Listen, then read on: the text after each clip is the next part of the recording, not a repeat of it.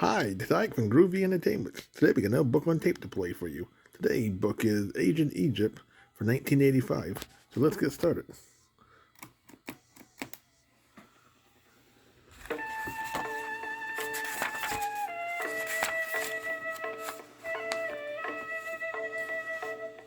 Ancient Egypt. More than 10,000 years ago, small groups of people settled along the Nile River in northeastern Africa. They were descendants of prehistoric hunting tribes that had wandered over the continent in search of food. At the fertile banks of the Nile, the land was rich and green, and the plants growing near the river yielded seeds, which they ate.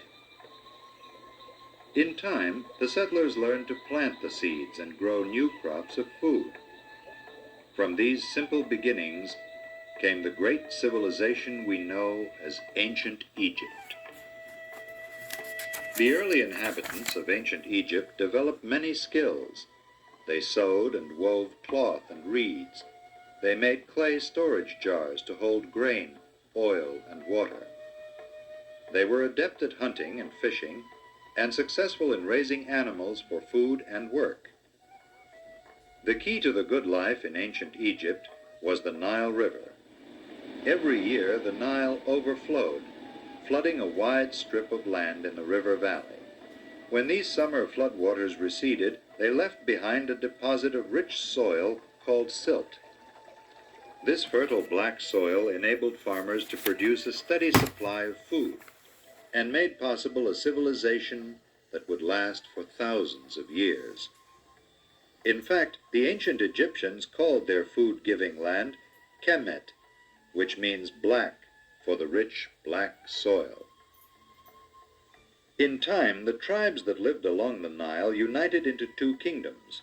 These were called Lower Egypt and Upper Egypt. Lower Egypt included only the low, swampy land of the Nile Delta, near the Mediterranean Sea. A delta is a triangular section of land at the mouth of a river, and it is formed by deposits of rich silt. Upper Egypt included the land that lay south of the delta, along the banks of the Nile. About 5,000 years ago, Upper and Lower Egypt were united by a king named Menes. This marked the birth of the great nation that enjoyed splendor and glory for more than 2,500 years. From this point on, the history of ancient Egypt can be divided into several time periods, each including one or more dynasties. A dynasty is a succession of rulers from the same family. The first period of ancient Egyptian history is called the Early Period. It began with the reign of King Menes and the dynasty he founded, and it came to a close 400 years later at the end of the Second Dynasty. During those 400 years, Egyptian civilization took giant leaps forward. Writing, in the form of hieroglyphics, was introduced. Hieroglyphics are written symbols, but they are not an alphabet. Only some of the hieroglyphics stood for letters. Others stood for whole words, and still others stood for entire ideas. The ancient Egyptians left many records of their civilization written in hieroglyphics. These picture symbols have been found on clay tablets, on paper-like scrolls of papyrus, on the bases of statues, and on the walls of temples. But modern people didn't know what the hieroglyphics meant until a little more than 100 years ago. This was when the writing on the Rosetta Stone was deciphered. The Rosetta Stone is named for the place in Egypt where it was found. On it were three kinds of writing: Greek letters, hieroglyphics, and hieratic writing, which is a short form of hieroglyphics. Using the Greek letters on the Rosetta Stone, scholars were able to work out what the hieroglyphics meant. We still do not know exactly how the Egyptian language sounded when it was spoken, but the Rosetta Stone has made it possible for us to read the words of the ancient Egyptians. During the early period, Egyptians also learned to use metal tools to study the heavens and to develop systems of arithmetic.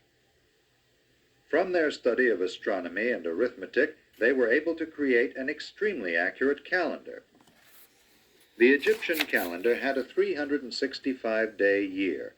It was divided into 12 months, each of which had 30 days. The 5 days left over were used for religious celebrations.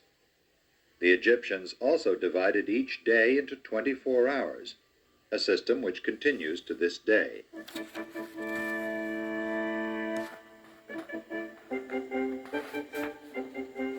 The next period in the history of ancient Egypt spans about 500 years.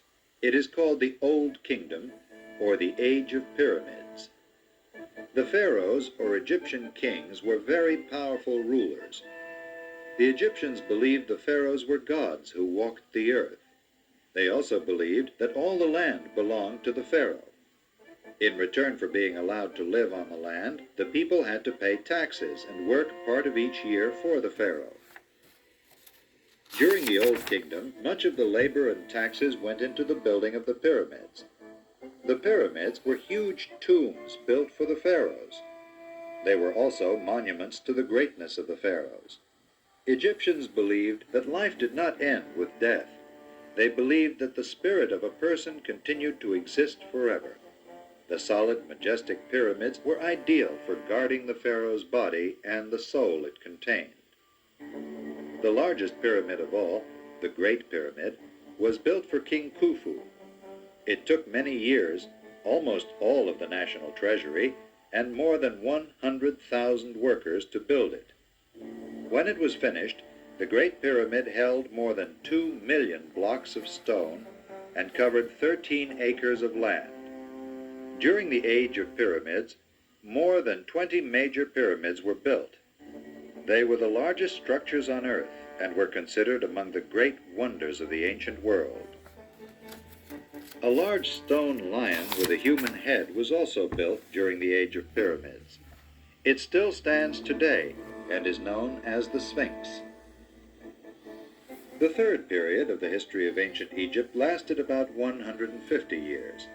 It was marked by civil wars and a decline in trade and culture. It was not until about 2050 BC that peace and stability were restored.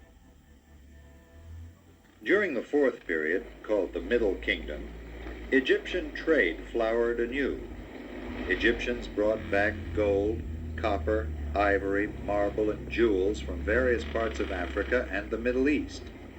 They exported vases, combs, and other finely crafted products. They built beautiful palaces and stone systems for distributing water, and they produced a wealth of art and writing during this time. It was a rich and fruitful period for 3 of the 4 classes of Egyptian society. At the top was the ruling class, made up of the pharaoh, his family, the priests, and the nobles. The next class was made up of merchants, craftsmen, and traders. Below them were the workers, who labored in the fields or the cities. At the bottom of Egyptian society was the class that never did well. It was made up of slaves, who were mostly foreign captives brought back to Egypt by merchants and soldiers.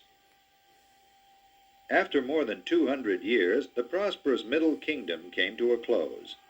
During the next period, rulers grew weak, and Egypt was invaded by fighting tribes called the Hyksos from Asia. The Hyksos used bronze weapons, armor, and horse-drawn chariots to defeat the Egyptians. Finally, the Hyksos were driven out, the Egyptian economy was strengthened, and the New Kingdom began. One of the pharaohs of the New Kingdom was a woman, Queen Hatshepsut. Her reign was a peaceful, productive time for the country. It was also a time when many handsome temples and monuments were built. Among these were the tall, thin pillars of stone called obelisks. The obelisks, covered by hieroglyphic writing, were erected to honor the sun god Ra. They may also have been used as giant sundials. After Hatshepsut died, her name was scratched off the monuments she had built. Her stepson, Thutmose III, became pharaoh, and he wanted her memory erased. Unlike his peaceful stepmother, Thutmose was a warlike pharaoh. He sent his armies south and northeast, expanding ancient Egypt to its greatest size. Another important pharaoh of the new kingdom was Amenhotep IV. A wise and peaceful man, he introduced a remarkable idea called monotheism. Monotheism is a belief in one God. Until this time, the Egyptians had worshipped many gods, but Amenhotep worshipped only the sun, which he called Aton. He changed his name to Akhenaton, which means pleasing to Aton. Claiming he was the son of Aton, he forced everyone to worship him as a god-king.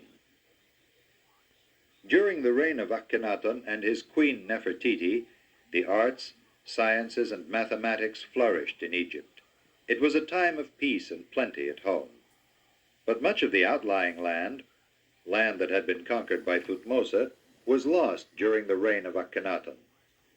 Finally, after his death, the Egyptians returned to their old religion, worshipping many different gods. Akhenaton was succeeded by his son-in-law Tutankhamun. King Tutankhamun, or King Tut, was not a very important pharaoh during his short lifetime. But his tomb, which was not discovered and opened until the 20th century, has made his name well known to the modern world. King Tut's tomb held a treasure of gold and jewels, as well as the untouched mummy of the pharaoh. There was also a miniature boat to ferry the dead king to the afterlife, plus food, games, furniture, and anything else he might need there. The tomb of King Tut had stood for many centuries, undiscovered and untouched. Tombs built by other pharaohs had been discovered, opened, and looted by grave robbers long, long ago. After the death of King Tut, ancient Egypt again expanded, and for about 200 years held a position of importance in commerce and trade. When the new kingdom ended, the Egyptian empire had become little more than a group of separate states without a strong central government. Although it continued for another 1,000 years, ancient Egypt had passed the peak of its greatness. Other civilizations had become more powerful. During the period of invasions, they began to take over sections of the Egyptian empire. Over the years, Egypt was conquered by the Libyans, the Sudanese, the Assyrians, the Persians, and the Greeks. In fact, the Ptolemies, the last family of pharaohs, were originally Greek rather than Egyptian. The last member of the Ptolemy dynasty was Queen Cleopatra. When she died in 30 BC, Egypt became a colony of the Roman Empire. The sun had finally set on the great civilization we know as ancient Egypt.